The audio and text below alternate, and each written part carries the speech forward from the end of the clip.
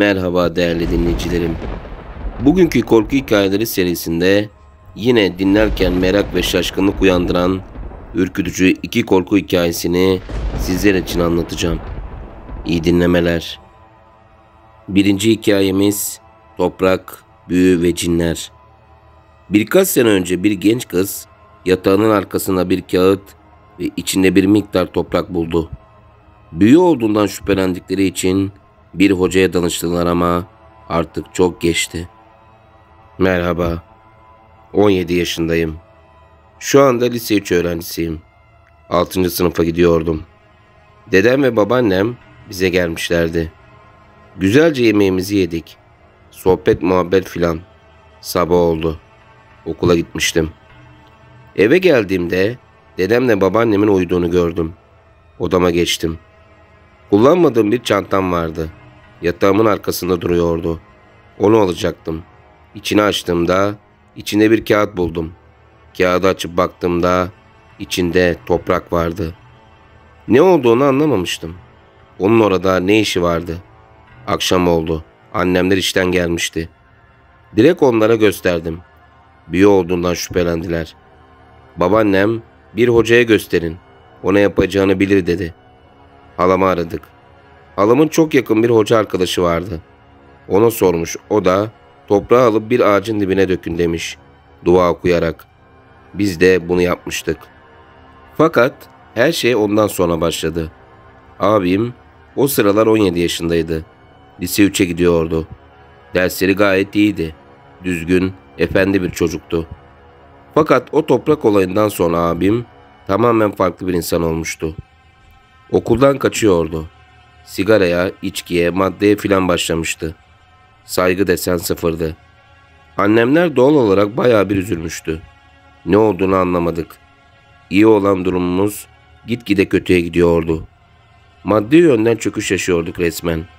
Evde huzur kalmamıştı. Her gün kavga oluyordu. Hastalıklar ortaya çıktı. Babam kalp krizi geçirmişti. Allah'a şükür şimdi iyi. Abim okulu bırakmıştı.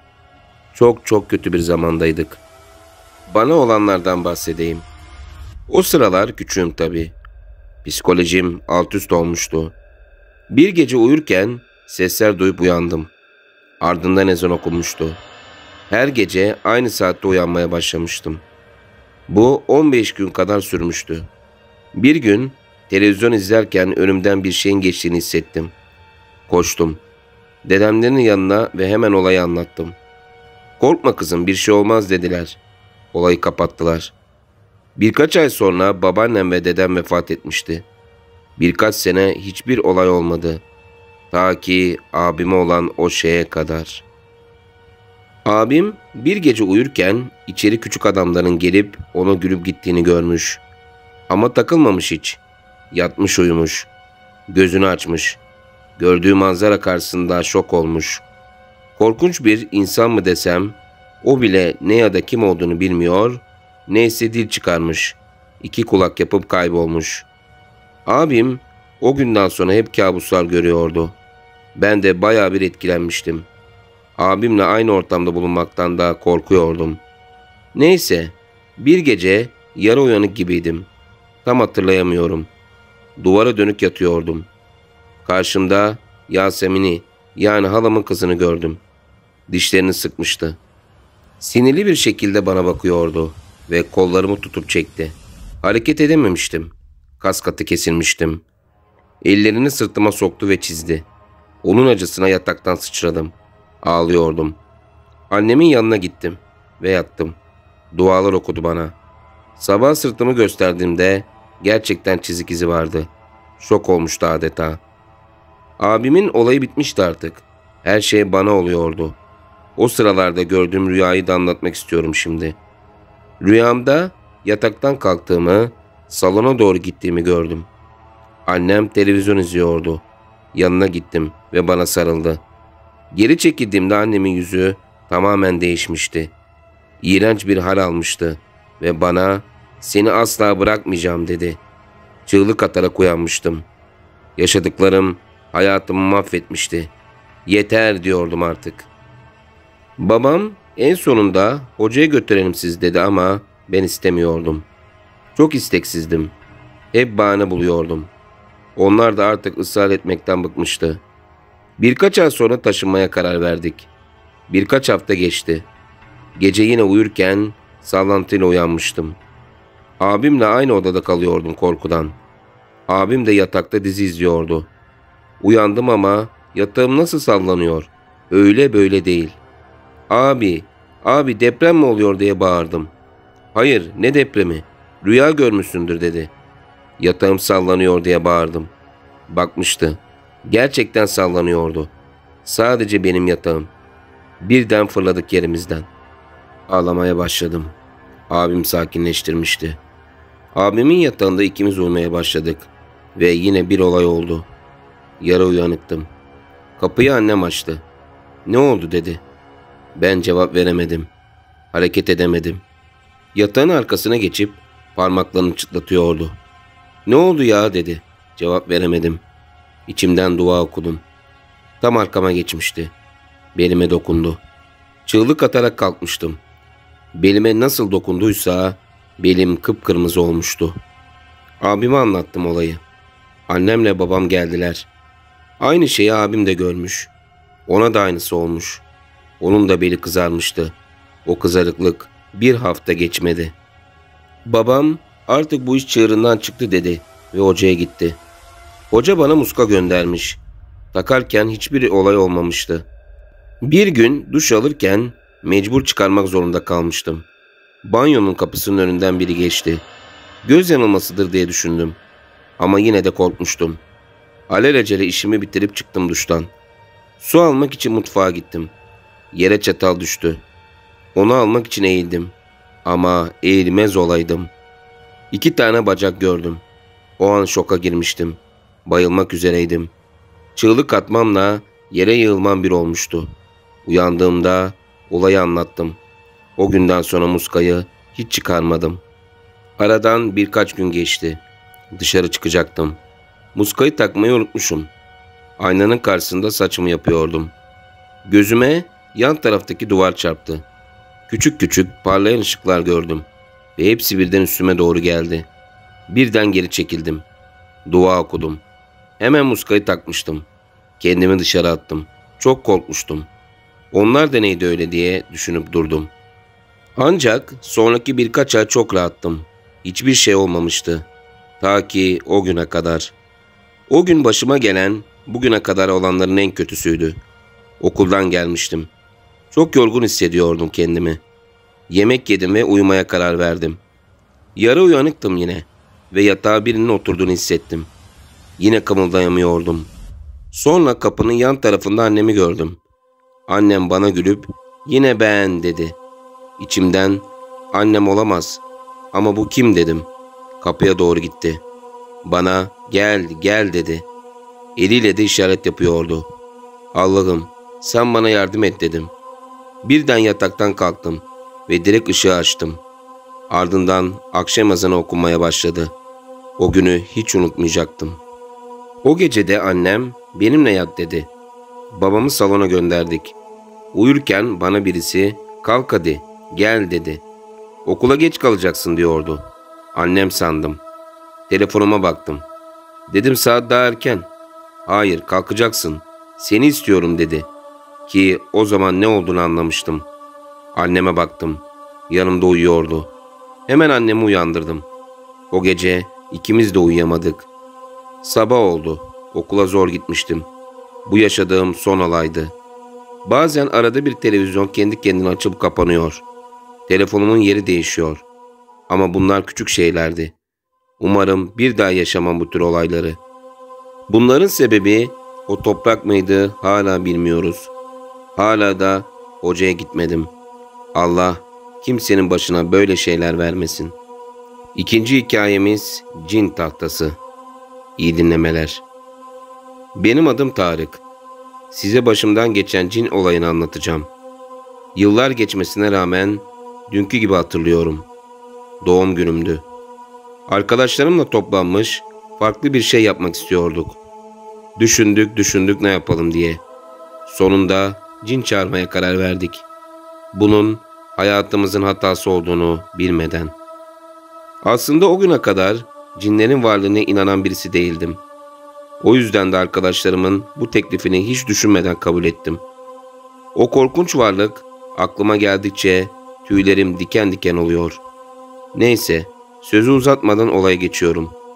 Arkadaşlarımla doğum günümü kutladıktan sonra cinleri nasıl çağırabiliriz diye aramızda tartıştık. Sonunda cin tahtasıyla çağırabileceğimize karar verdik. Arkadaşlarım derken ben dahil 5 kişiydik. Mehmet, Suat, Cemal, Kemal ve ben. Karar vermiştik ama bu işi nasıl yapacaktık onu bilemiyorduk.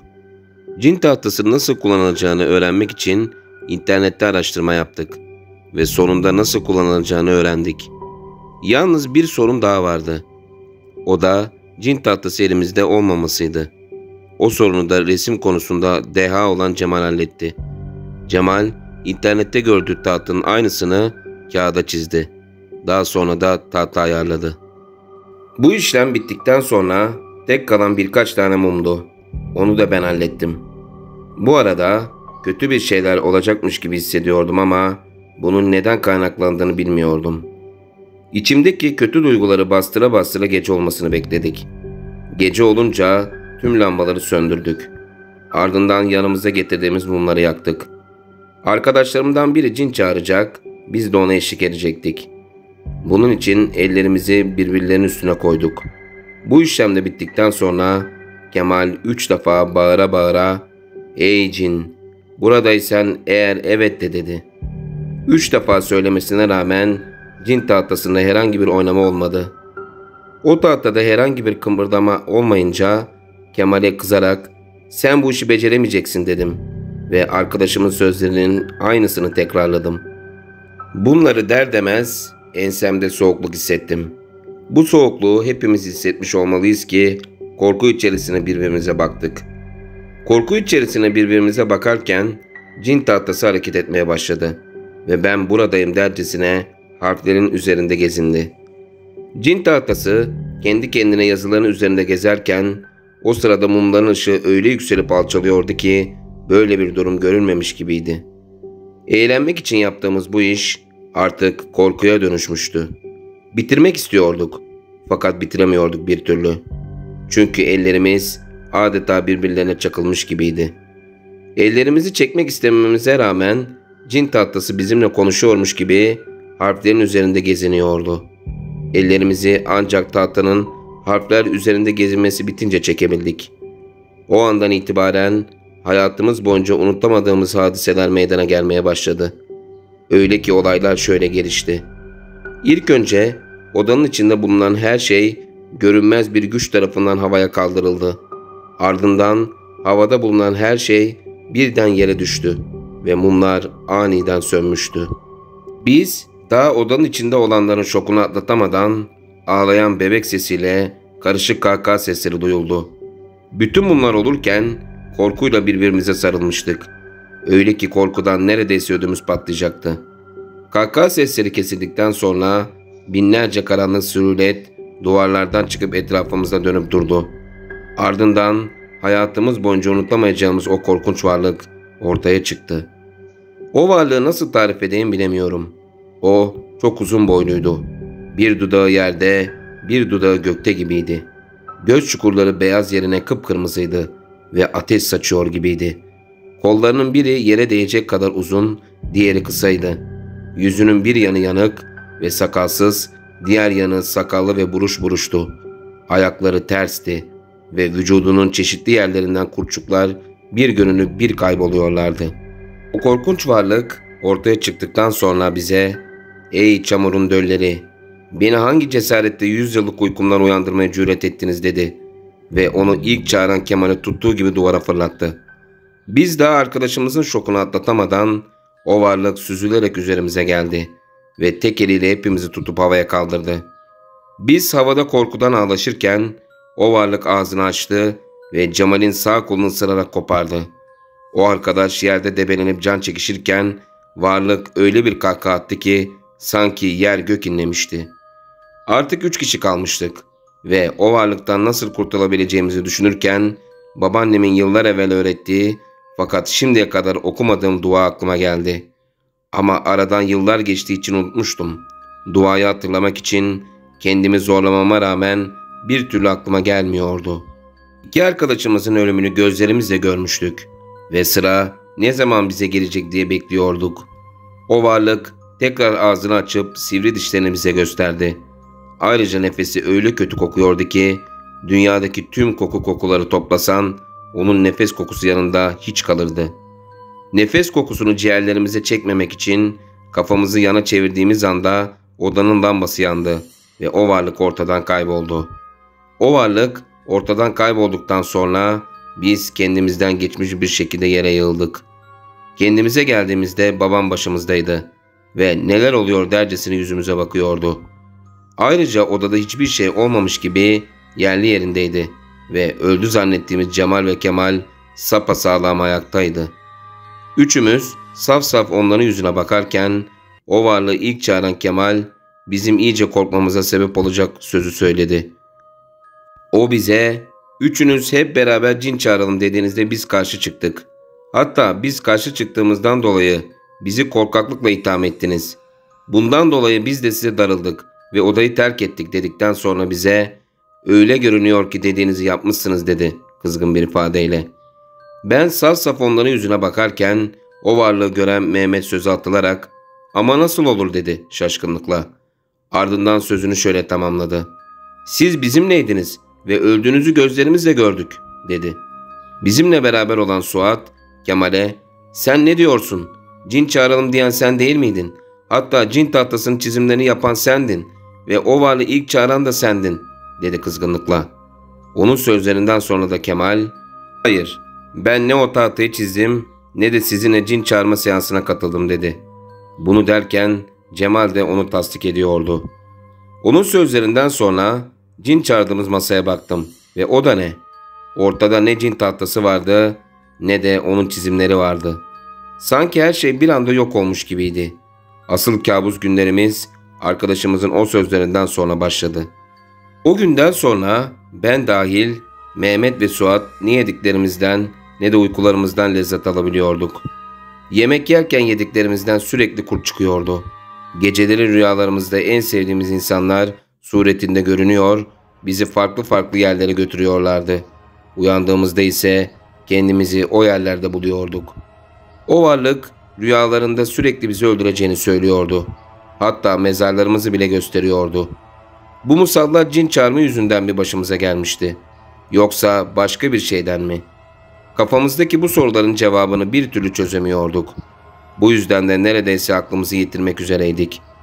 Bizimle beraber ailelerimiz de perişan olmuştu. Özellikle benim annem ağlamaktan neredeyse gözleri kör olacaktı. Dededen kalma mal varlığımız vardı. Bununla gül gibi geçinip gidiyorduk. Ama bu olaylardan sonra mal mülk gözümüzde hiç olmuştu. Öyle bir hale gelmişti ki bu olaylardan kurtulmak için bütün servetimizi vermeye hazırdık.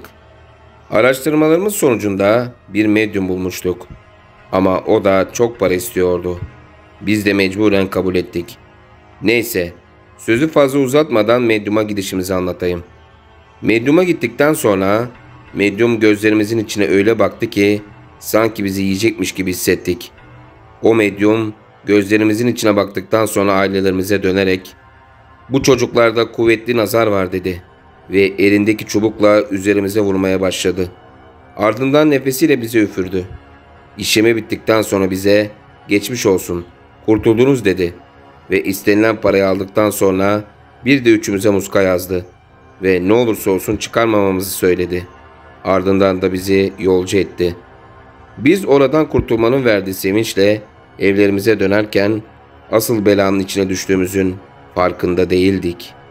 Eve gittikten sonra yemeklerimizi yedik ve çok yorgun olduğumuz için yatıp uyuduk. Aradan yarım saat geçmiş veya geçmemişti ki üzerimde büyük bir ağırlık varmış gibi hissederek uyandım. Hay uyanmaz olaydım. O varlık korkutucu haliyle üzerimdeydi ve boğazıma yapışmış beni boğmaya çalışıyordu. Nefes almakta zorlanıyordum ve gözlerim neredeyse yuvalarından çıkacak gibiydi. O varlığın elinde mi ölecektim? Sonum böyle mi olacaktı? Ah, keşke babaannemin bana öğrettiği dualar aklıma gelebilseydi. O zaman onları okur, o varlıktan kurtulurdum. Bunları düşünürken odamın kapısı açıldı ve annem içeriye girdi. Onun odama girmesiyle beraber o varlık ortadan kaybolmuştu. Benim kanter içinde kaldığımı gören annem bana, "Oğlum, ne oldu? Neden öyle bağırıyorsun? Hem söyle bana, neden kanter içinde kaldın?" "Yoksa," deyince anneme korku içerisinde bakarak, "Evet anne, tam tahmin ettiğin gibi. Yine o korkunç varlık. Bu sefer beni boğmaya çalışıyordu," dedim. O gece annem sabaha kadar başımda bekledi. Sabah olunca komşumuzun bize tarif ettiği hocanın yanına gittik. Hocanın evi tek katlı müstakil bir evdi. Bizi kızı olduğunu tahmin ettiğimiz küçük bir kız açtı. İçerisi ana baba günüydü. Tedavi olmak için sıra bekleyen o kadar çok insan vardı ki iğne atsan yere düşmeyecek gibiydi. Ben tedirginlik içerisinde beklerken hocanın kızı yanıma geldi ve garip bir şekilde yüzüme baktı. Ardından öyle bir bağırdı ki sanki yer gök inledi.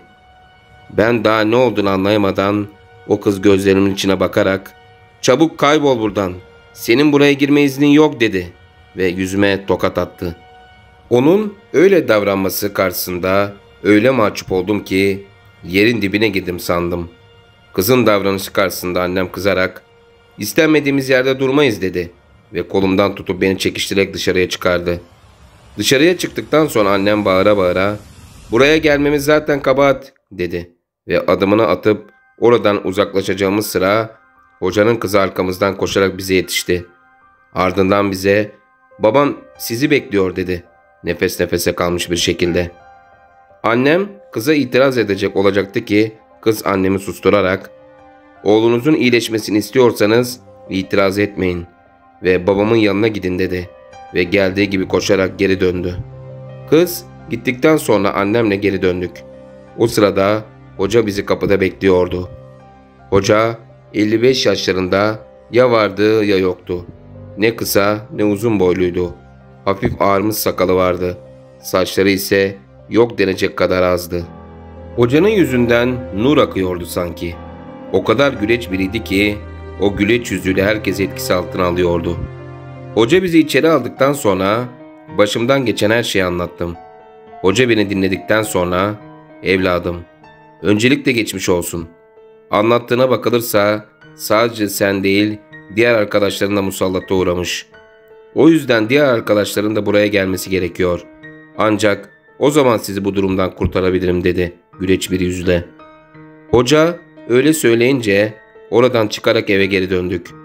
Eve geri döndükten sonra arkadaşlarımı aradım ve hocanın bana söylediklerini aktardım. Ayrıca hocanın bizi ertesi gün beklediğini söyledim. O gece yine o varlık karşıma çıkmıştı ve hocaya giderlerse ailelerini bile öldüreceğini söyledi. O her karşıma çıktıkça boğulacak gibi oluyor, terden sırılsıklam oluyordum. Hocaya gitmeden evvelki o son gecemizde yine aynısı olmuştu ve ben korku içerisine uyanarak annemin yanına gitmiştim. Ayrıca o gece annemle beraber ağlaşarak sabahın olmasını beklemiştik. Sabah olunca arkadaşlarım ve onların aileleriyle birlikte hocanın yanına gittik. Hoca bizi dinlemeden önce bize "Hele şu muskaları verin bakalım," dedi. Biz o anda şaşırıp kaldık. Hoca muskaları nereden bildi? Neyse, bu konuyu sonra açıklayacağım. Hocanın muskaları nereden bildiğinin şaşkınlığı içerisinde boynumuzdaki muskaları çıkarıp verdik. O muskaları aldı ve okudu. Yaklaşık 10 dakika sonra sesli bir şekilde "Vay alçak, bunu da yaptın ha," dedi. Bunu derken yüzü asılmıştı. Şimdi gelelim az önce bahsetmek istediğim konuya. Meğerse ilk gittiğimiz hoca şu anki hocanın talebesiymiş. Hoca onun içindeki kötülüğü gördüğünden onu kovmuş. Kovulan o talebe daha fazla para kazanmak için bize musallat olan Ebrar kabilesiyle anlaşma yapmış. Aslında bizi o hocaya yönlendiren de o cin kabilesiymiş. Onların niyetleri bizi o hocaya yönlendirerek daha çabuk etkileri altına almakmış. O hocanın yazdığı muskalar da etki altına alma büyüsüymüş. Hoca boynumuzdaki muskaları alıp güzel bir şekilde yok ettikten sonra akşam olmasını bekledi. Akşam Karanlık çökünce bizi bir odaya aldı. Odanın ortasına yuvarlak bir çizgi çizdi. Ardından bize "Biraz sonra göreceklerinizden dolayı korkup sakın çemberin dışına çıkmayın. Korkup çemberden çıktığınız takdirde onlar sizi alıp götürürler. Ondan sonrası zulüm ve işkencedir. Yani anlayacağınız, sizi kıyamet kopana kadar rahat bırakmazlar" dedi. Hoca ikazlarını sıraladıktan sonra kızından bir tas su içine su getirmesini istedi. Kız istenilen suyu getirdikten sonra iğne ile elimizden kan aldı ve o tasın içine bıraktı. O işlem de bittikten sonra bizim çemberin içine girmemizi ve çıt bile çıkarmamamızı söyledi. Biz hocanın sözlerinden sonra çemberin içine girdik. Ondan sonra hoca çemberin ağzını kapattı ve anlamadığımız bir dille bir şeyler söyledi. O söz söyledikçe tasın içindeki kan simsiyah oluyordu. Hoca sözlerine devam ettikçe odada deprem oluyormuş gibi sallanmaya başladı. Peşinden simsiyah varlıktan tasın içinden teker teker çıkıp hocanın etrafını sardılar. Bütün bu olanlara rağmen hoca okumasını sürdürüyor, hiç korku emareleri göstermiyordu. Aslında bizi asıl korkutan şey o varlığın simsiyah dumanlar içerisinde görünmesiydi. Yalnız bu sefer çok farklıydı. Nasıl anlatsam bilemiyorum. O varlığın yanında korkunç bir köpek vardı. Köpeğin ayakları ters ve çarpık çırpıktı. Gözleri kıpkızıldı ve ateş saçıyor gibiydi. Salyaları asit gibi düştüğü yeri yakıyordu. Kulakları oldukça uzun ve sivriydi. Ona odaklanmış öyle bakıyordum ki arkadaşlarımın bayıldıklarını bile göremiyordum. Biraz sözlerimi uzattım sanırım. O yüzden hoca ile o varlığın aralarında geçen diyaloğu anlatmayacağım. Hoca o varlıkla sabah ezanına kadar konuştu. Onunla konuşmuştu ama neredeyse bitkin bir hale de gelmişti. Sabah olup gün ağarınca hoca bizi çemberden çıkardı. Ardından ailelerimizi çağırdı. Onlar da gelince bize "Sizin büyük dedeleriniz zamanında ellerine define haritası geçmiş. Defineyi bulmak için üçü beraber birleşip haritada işaretli olan yere gidip kazmışlar. Fakat orası cinler tarafından korunduğu için o gün çıkaramamışlar. Ertesi gün zengin olma hayaliyle bu işle uğraşan bir hoca bulup altını çıkarmışlar. Onu çıkarmışlar ama cin topluluğuyla bir anlaşma yapmak zorunda kalmışlar. Bu anlaşma sonunda 4. kuşak nesillerini, yani sizleri onlara kurban olarak vermişler. Yaşınız 20 olunca da önce sizi delirtip sonra yanlarına alacaklarmış" dedi hoca. Hocanın sözlerinden sonra kafam iyice karışmıştı. Kafa karışıklığımı sezen hoca, "Evlat, ne düşünüyorsun öyle kara kara?" demesi üzerine ben de ona "İyi güzel söylüyorsun da hoca, arkadaşlarımla okuldayken tanıştım. Dedelerimiz birbirlerini tanıyorsa biz birbirimizi niye tanımıyorduk o zaman?" dedim merak içerisinde. Benim sözlerimden sonra hoca tam ağzını açıp bir şeyler diyecekti ki hocanın kızı içeriye girdi ve yine o garip bakışlarıyla yüzüme baktı. Ardından bana çıkışarak "Ben sana demedim mi? Senin buraya girme iznin yok. Derhal burayı terk etmezsen sana öyle bir şey yaparım ki ateşte yanar kül olursun" dedi ve yine tokadı bastı. Onun tokadından sonra üzerimdeki ağırlığın yavaş yavaş kalktığını hissettim. Ama anlamadığım nokta onun neden öyle davrandığıydı. Kafamdaki bu sorunun cevabını hocanın açıklamasıyla öğrenebildim. Öyle ki hoca da bana "Kızım aslında size tokat atmadı" deyince ben şaşkınlık içerisinde "Hocam nasıl olur? O basbaya bana tokat attı" dedim. Şaşkınlığımı gören hoca "Peki söyle bana o zaman. Tokadın acısını hissettin mi?" dedi. Bu soru üzerine ben ona "Hayır" dedim. "Beni iyi dinle" dedi hoca. "Size musallat olan Ebrar cinleri. O görünen cinde onların başı. Kızımın sana 2 sefer tokat atma sebebi ise cinlerin bu eve girmelerinin yasak olması sebebiyledir. Ebrar cinlerinden biri bizim evde ne olup bittiğini öğrenmek için senin içine girmiş. Kızımın göz kapakları açık olduğu için onları net bir şekilde görebiliyor. Onların evimize girmesi yasak olduğu için kızım onu görüyor ve içindeki cinin çıkması için de sana tokat atıyor. İşte kızımın sana olan davranışları bundandır" dedi. Hocayı dinleyen Mehmet ve Suat araya girerek "Hocam, Tarık'ın dediği gibi biz birbirimizi okulda tanıdık. Sizin anlatmalarınıza bakılırsa dedelerimiz birbirlerini tanıyormuş" dediler. hep bir ağızdan. Evlatlarım, hiç düşündünüz mü? Aileleriniz ayrı ayrı şehirde yaşarken ısrarla sizi buraya getirmek istediklerini, dedi hoca yüzümüze bakarak. Onun sözlerinden sonra evet dedikten sonra da ben söze karıştım ve ona annemin ısrarla bizi buraya getirmesinin sebebi buymuş dedim. Benim sözlerimden sonra Suat araya girerek iyi de hocam, ailelerimizin bizi buraya getirmesiyle o varlığın ne alakası var dedi. Çok alakası var dedi hoca. Dedelerimiz o varlıklara söz verirken burayı işaretlemişler. Yani sizin çağırdığınız yeri. Bu sefer de Mehmet araya girerek iyi de hocam, biz kendimiz isteyerek yaptık bu işi. Hatta aklımızda böyle bir fikir yokken Tarık bu fikri attı ortaya dedi ve her ikisi de yüzüme baktılar. Evet, onlar haklıydılar. O varlığın bize musallat ilkesinin baş müsebbibi bendim. Ama onlar değil de bu fikri ben öne atmıştım. Bunu da bilemiyordum. Çünkü dedi hoca, asıl musallat onda dedi ve sözünü şöyle tamamladı. Onun büyük dedesi altınları çıkardıktan sonra arkadaşlarını kandırarak büyük çoğunluğunu kendisi almış. Bunun üzerine o varlıkta kendisine vaat edilen kurbandan acısını çıkarmak için yemin etmiş dedikten sonra şimdi gelelim asıl meseleye. O varlığın maksadı sizi bir araya getirdikten sonra kabilesini toplayıp sizi yok etmekmiş. Ama diğer iki arkadaşınız bilmeden planlarını bozmuş. Planları bozulunca da daha çok hırslanmışlar ve sadece sizi değil ailelerinizi de işe katmışlar. Yani sadece siz değil aileleriniz de tehlikede. O yüzden elimizi çabuk tutmalıyız dedi hoca. Hoca ilk önce keçileri kesti ve istenildiği gibi etleri ve kemiklerini ayrı ayrı yerlere koydu. Keçilerle olan işi bitince gerekli olan ritüeli yaptı. Ardından o garip sözleri söyledi. Sözü biter bitmez o korkunç varlık ortaya çıktı.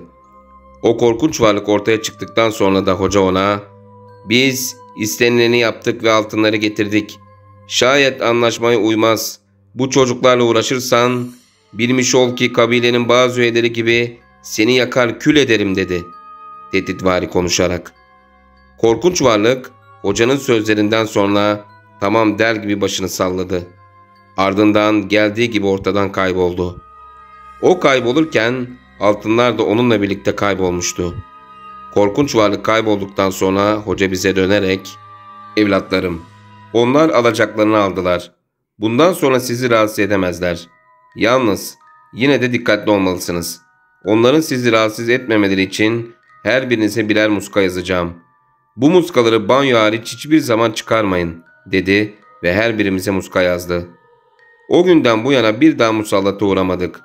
Ayrıca şunu söylemek istiyorum. Cinler gerçekten var. Onlar da bizim gibi bu dünyada hayatlarını sürdürüyorlar. Zaten Allahü Teala Kur'an-ı Kerim'de cinlerin varlığını açıkça bildirmiştir. Hocanın bize nasihatlerinden sonra cebimizden para çıkarıp vermek istedik. Ama o bunu kabul etmedi.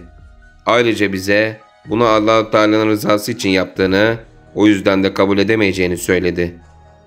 O günden bu yana tam 29 yıl geçti. Şu an evliyim ve 3 çocuğum var.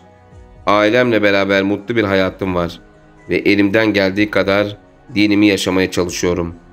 Bu arada beni sıkılmadan dinlediğiniz için hepinize çok teşekkür ediyorum. Değerli dinleyicilerim, her dakikasını heyecanla dinlediğimiz iki korku hikayesinin de sonuna geldik.